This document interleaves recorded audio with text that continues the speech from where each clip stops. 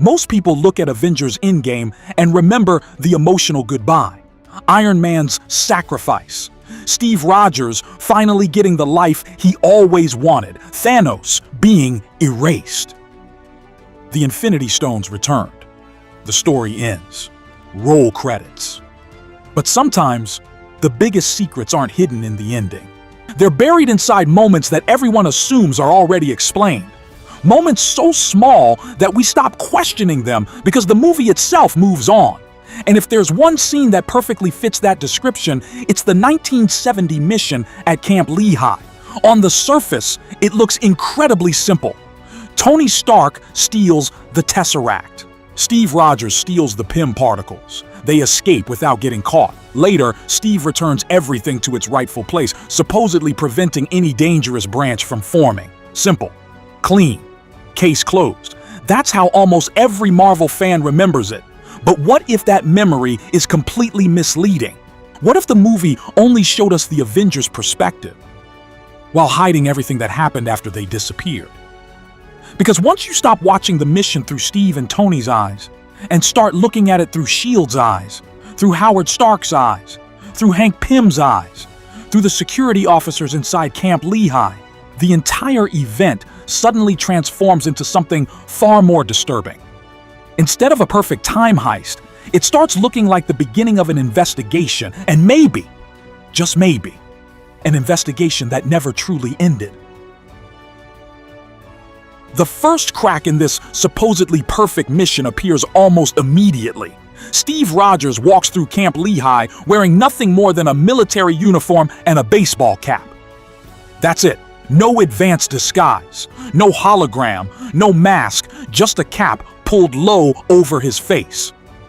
Now ask yourself one very simple question. Could that actually work? This wasn't some random military installation where nobody knew who Captain America was. This was Camp Lehigh, the very place most people consider the birthplace of Captain America. Steve Rogers wasn't an anonymous soldier during the 1970s. He was America's greatest war hero. His face had appeared on posters, newspapers, recruitment campaigns, military records, government files. Even decades after World War II, Captain America had already become a legend. So how does a man with one of the most recognizable faces in American history casually walk through one of the most important military facilities in the country, without anyone reacting? That's where the movie quietly asks us not to think too hard. But the moment you do, the entire sequence begins to feel very different. One scene becomes especially interesting. Steve enters an elevator with a female employee standing directly beside him. They're only a few feet apart. She looks at him. He looks completely calm. The elevator ride ends. Nobody says a word. At first glance, it's just another quick transition before the next objective. But imagine yourself in her position. You're working inside one of the most secure facilities in America. Suddenly, a man who looks almost identical to Captain America walks into your elevator, wearing an unfamiliar uniform, during the exact same day that multiple classified operations are underway. Would you simply ignore it? Or would that face stay in your mind for the rest of the day? Here's where things become really interesting. The movie never actually tells us what she thought. It only tells us what Steve experienced. Those are two completely different perspectives. Marvel shows us a successful escape, but never shows us what happened after Steve walked away. And sometimes, the missing half of a story is more important than the half we actually saw. In fact, the film quietly gives us another clue that many people overlook. That same employee already becomes suspicious that something isn't right. We actually see security being alerted, and she joins them while they're searching the facility for the mysterious intruders. That detail matters because it proves she wasn't simply ignoring unusual behavior. She was paying attention. If she was suspicious enough to report strange activity, then it's completely reasonable to believe she paid attention to unusual faces as well. Even if she couldn't immediately say, "That's Captain America," she might have remembered someone who looked remarkably similar. Investigations don't require absolute certainty. They begin with observations. Someone looked out of place. Someone entered a restricted area. Someone disappeared before security arrived. Those tiny details become witness statements, and witness statements become evidence. Then comes an even bigger coincidence. Actually, calling it a coincidence almost feels unfair, because on that exact same day, two of the most valuable scientific assets under government protection suddenly disappear. Howard Stark loses the Tesseract, arguably the most dangerous object on Earth. At almost the same time, Hank Pym's laboratory loses its supply of highly classified Pym particles. Think about the scale of that disaster. These aren't ordinary thefts. One missing object represents unlimited cosmic energy. The other represents technology capable of shrinking matter, altering physics, and making time travel possible decades later. Either theft alone would trigger an enormous national security investigation, both happening on the exact same day, inside the exact same military installation, would be catastrophic. No serious intelligence agency would simply shrug and move on. Organizations like S.H.I.E.L.D. exist precisely to investigate events like these. Reports would be filed. Security officers would be questioned. Scientists would be interviewed. Access logs would be reviewed. Every employee who witnessed unusual activity would almost certainly be asked the same question.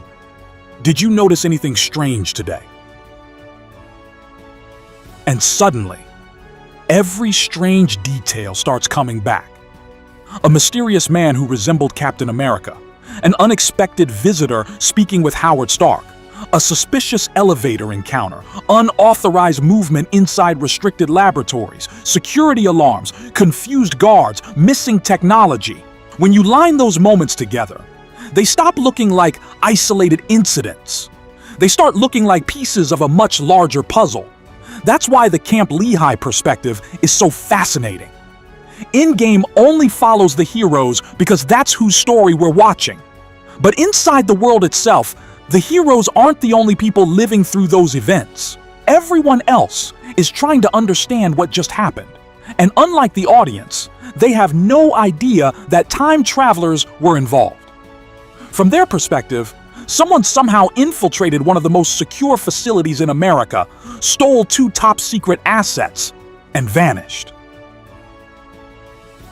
Now let's talk about surveillance, because this is another area where the theory becomes surprisingly believable.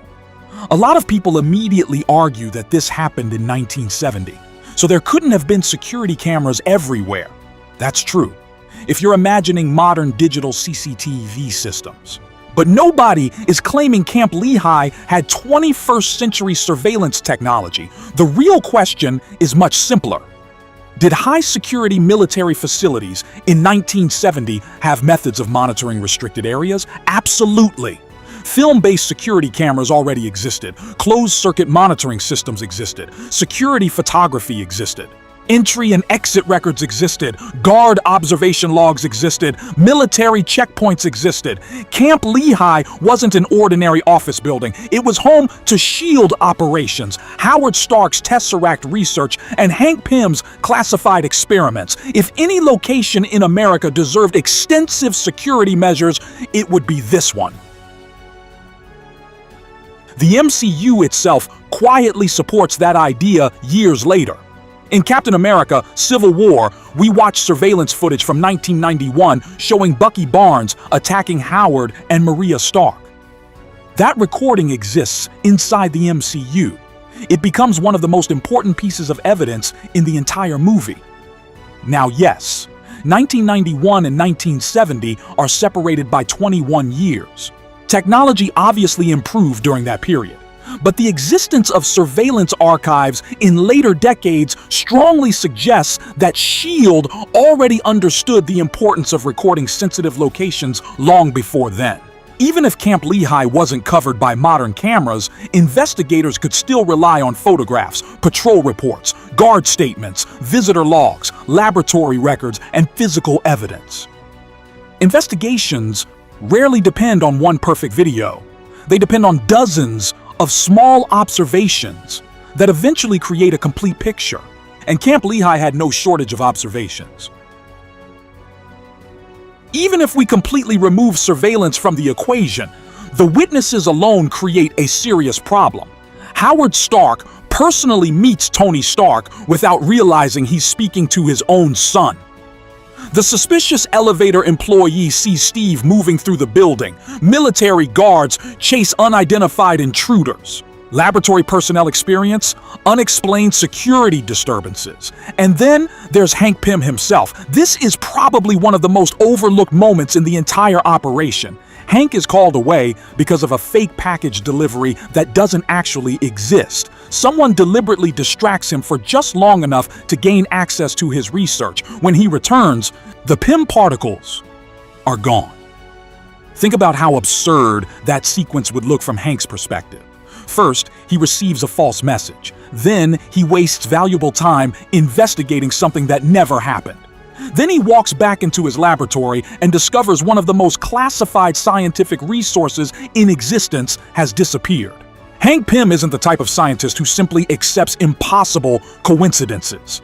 If anything, his entire MCU history proves the opposite. He questions everyone. He trusts almost nobody. And when someone tampers with his work, he becomes obsessed with finding out why. Meanwhile, Howard Stark would be dealing with an equally impossible mystery. Remember, from Howard's perspective, this wasn't just another difficult day at work. It was the day the Tesseract disappeared, a device he understood better than almost anyone alive, a source of energy that could redefine humanity's future. Something that absolutely could not be allowed to fall into the wrong hands. And unlike the audience, Howard has no reason to assume the theft was caused by time travelers from the future. Every explanation available to him exists inside 1970. Industrial espionage, foreign intelligence, Hydra infiltration, internal sabotage, a security failure inside S.H.I.E.L.D. itself. Every one of those possibilities would have to be investigated. That's what makes this theory so fascinating. The movie follows the heroes as they race toward their next objective. But behind them, another story quietly begins. Not the story of saving the universe, but the story of people trying to understand how their universe had just been violated. Now imagine these two investigations happening at exactly the same time. Howard Stark's department reports that the Tesseract has vanished. Hank Pym reports that his Pym particles have been stolen after an obviously fake package notification pulled him away from his laboratory. Two independent investigations, two separate scientists, two different classified projects. Yet both crimes occur inside the same military installation, on the same day, within the same narrow window of time.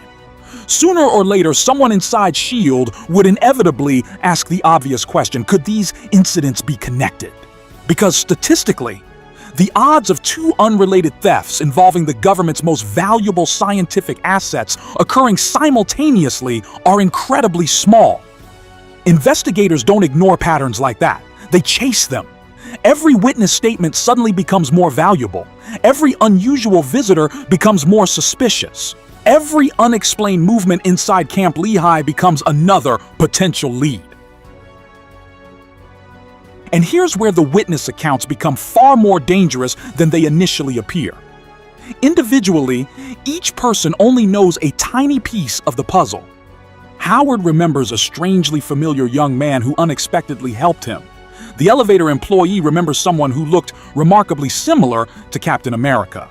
Security guards remember chasing unidentified intruders through restricted areas. Laboratory staff remember unusual activity around Hank Pym's research. None of those memories solve the case on their own, but investigations aren't built on isolated memories. They're built by combining them.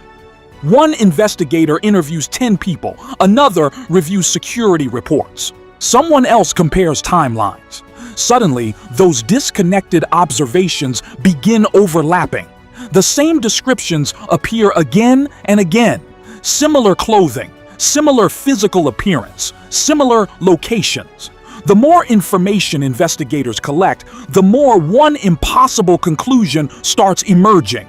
Someone who looked almost exactly like Captain America was present inside Camp Lehigh on the very day both classified technologies disappeared.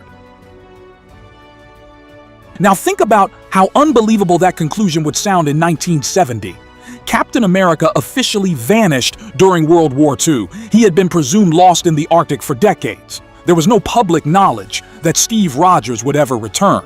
So if multiple witnesses independently describe seeing Captain America walking through the facility, investigators face a terrifying choice.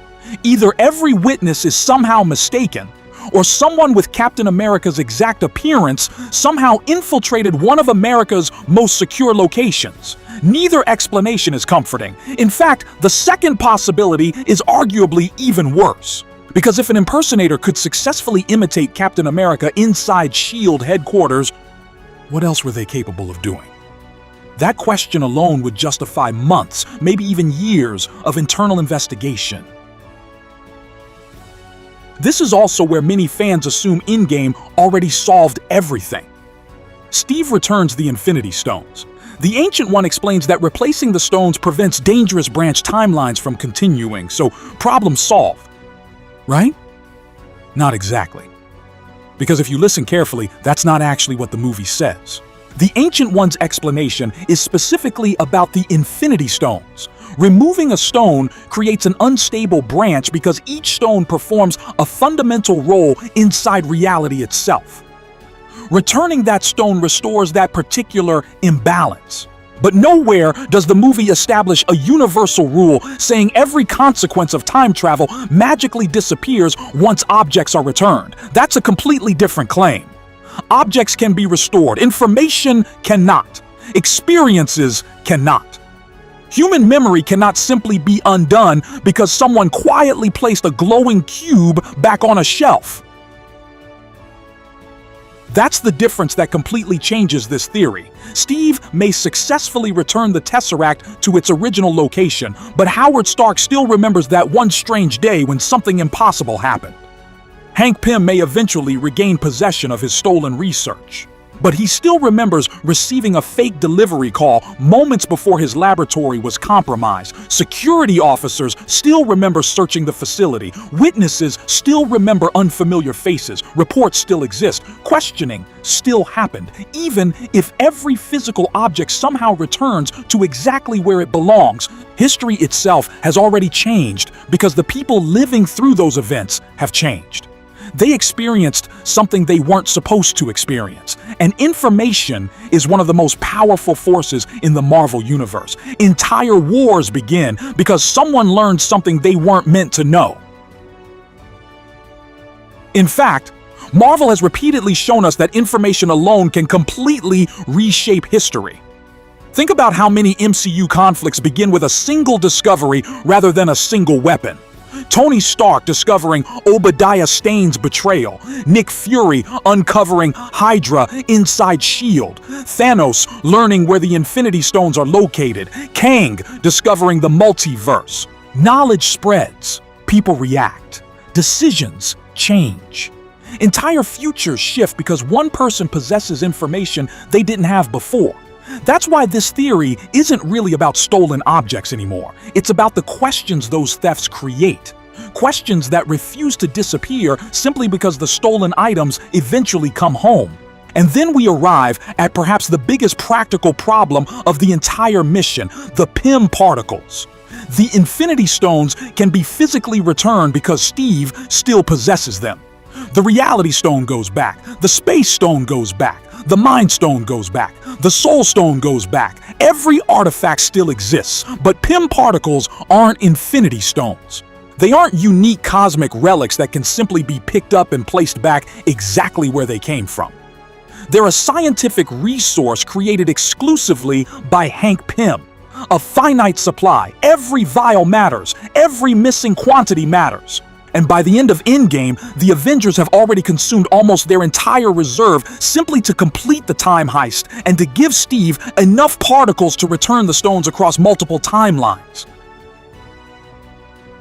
That creates a logistical question the movie never answers. How does Steve replace every stolen Pym particle in precisely the same quantity? He can't manufacture new ones. Only Hank Pym understands that formula. Steve is a super soldier, not a quantum physicist, even if he somehow returns the remaining particles he has left. How can he guarantee that the inventory perfectly matches what existed before the theft?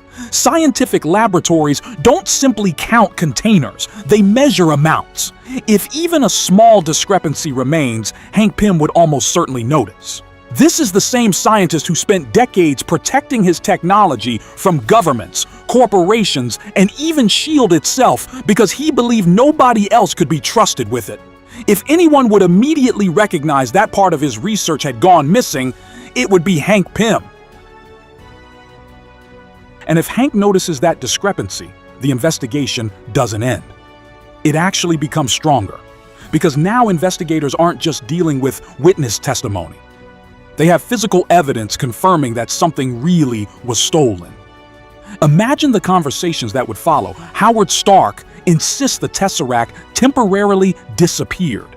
Hank Pym confirms that part of his classified research is genuinely missing. Security officers describe suspicious activity. Employees describe unfamiliar visitors. The fake package call is documented. Every department begins comparing timelines. Every report starts pointing toward the same few hours inside Camp Lehigh. The more evidence accumulates, the harder it becomes for anyone to dismiss the event as simple human error. Now, could Steve somehow have returned enough particles that Hank never noticed? It's certainly possible. Endgame never explicitly tells us either way, and that's exactly why this remains a theory rather than established canon. But from a storytelling perspective, Marvel deliberately leaves that gap unexplained. The audience is simply expected to assume everything worked out perfectly. Yet the MCU has built entire movies around much smaller unanswered questions than this. Marvel often plants details years before revealing why they mattered. Sometimes an unanswered question isn't a mistake. Sometimes it's simply a door left intentionally unlocked. Which brings us to another idea that becomes increasingly unsettling the longer you think about it. What if S.H.I.E.L.D.'s investigation actually succeeded? At least partially, not in discovering time travel. That would be far too extraordinary for 1970. But what if they successfully concluded that someone infiltrated Camp Lehigh using knowledge they shouldn't have possessed? Think about Tony's interaction with Howard. Tony casually knows details that surprise his father. Steve navigates restricted areas with remarkable confidence. The intruders behave less like ordinary thieves and more like people who already know exactly where everything is located. Experienced investigators notice patterns like that. They ask how criminals knew which hallway to take, which laboratory to enter, which scientist to distract, and which object to steal. From S.H.I.E.L.D.'s perspective, these weren't random intruders. They behaved as if they had inside knowledge of the facility itself. That single observation opens an entirely new line of thinking. If someone possessed information that should have been impossible to obtain in 1970, where did that knowledge come from? They wouldn't conclude time travelers. They would search for a more believable explanation, an internal leak, a deeply embedded spy, a future weapons program hidden from public view, perhaps even technology beyond anything S.H.I.E.L.D. officially understood. Ironically, while their conclusions would be wrong, their investigation could still push them toward discoveries they otherwise would never have made. And sometimes history doesn't change because people find the right answer. It changes because they spend years chasing the wrong one. And that idea becomes even more compelling once you connect it to another event that most fans never associate with the 1970 mission at all. The Loki escape during the 2012 time heist. When the Avengers traveled back to the Battle of New York, everything seemed under control until one tiny accident changed everything. Hulk crashed into Tony. The Tesseract slid across the floor. Loki grabbed it and disappeared. At the time, it looked like nothing more than an unexpected complication. The Avengers simply adjusted their plan, traveled even further back to 1970, and the story moved on. But Marvel didn't move on. That single mistake became the entire foundation of the Loki series. Because of that escape, the TVA arrested Loki. He met He Who Remains. He witnessed the truth behind the sacred timeline. He discovered the multiverse. And by the end of Season 2, the MCU reached one of the biggest status quo changes in its entire history. Loki didn't simply become more powerful. He became the god of stories, holding together an infinite number of timelines that were no longer being erased simply because they branched away from the sacred timeline. That detail completely changes how we should look at theories like this one. Before Loki's transformation, even if Camp Lehigh's investigation had created meaningful changes, there's a strong chance that branch would eventually have been pruned by the TVA. History would never have been allowed to evolve naturally. Every unusual consequence would eventually disappear before becoming significant enough to matter. But that's no longer the universe the MCU lives in. Now, branch timelines are allowed to exist, they're allowed to grow, they're allowed to evolve into completely different realities. And once you accept that new status quo, the 1970 timeline suddenly becomes much more interesting than it ever was before. Because this theory isn't claiming that the sacred timeline itself was rewritten. It's proposing something slightly different, and in many ways even more dangerous. A branch timeline may have continued evolving long after Steve left, a reality where Camp Lehigh never simply forgot what happened. A reality where S.H.I.E.L.D. refused to accept that two impossible thefts were just bad luck. A reality where Howard Stark, Hank Pym, military intelligence, and countless investigators kept digging, looking for answers they were never supposed to find. And history has repeatedly shown that investigations often uncover far more than the crime they originally set out to solve. Think about S.H.I.E.L.D. itself. It started as an organization created to protect humanity from extraordinary threats. Over time, it accumulated alien technology, advanced weapons, classified intelligence, Hydra infiltration, and some of the most dangerous scientific research on Earth. One investigation leads to another. One classified file opens the door to 10 more. The deeper you search, the stranger the truth becomes. Now imagine Camp Lehigh becoming one of those unresolved classified files. Not something the public ever learns about, not something newspapers report, but an incident quietly archived inside S.H.I.E.L.D. The day the Tesseract disappeared. The day Hank Pym's research was breached. The day multiple witnesses reported seeing a man resembling Captain America. Separately, those reports sound unusual. Together, they become one of the most mysterious security failures in the organization's history, and organizations like S.H.I.E.L.D. don't enjoy mysteries. They dedicate resources to solving them, years of resources, decades if necessary. That's why the consequences of the mission matter far more than the mission itself. Endgame only shows us the theft. It never shows us the investigation. The movie ends the moment the Avengers succeed. But for everyone left behind in 1970, their story had only just begun. Now, there's another fascinating detail that quietly supports this perspective. Steve returns the Infinity Stones, but notice what he never returns: the explanations. Howard Stark never receives an answer for what really happened. Hank Pym never receives an explanation for the fake package call.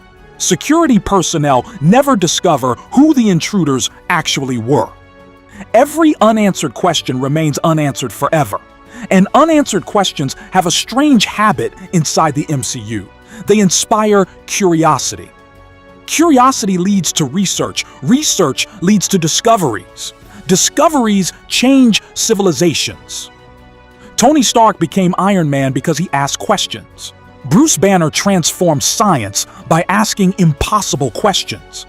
Reed Richards built his reputation by refusing to accept simple answers.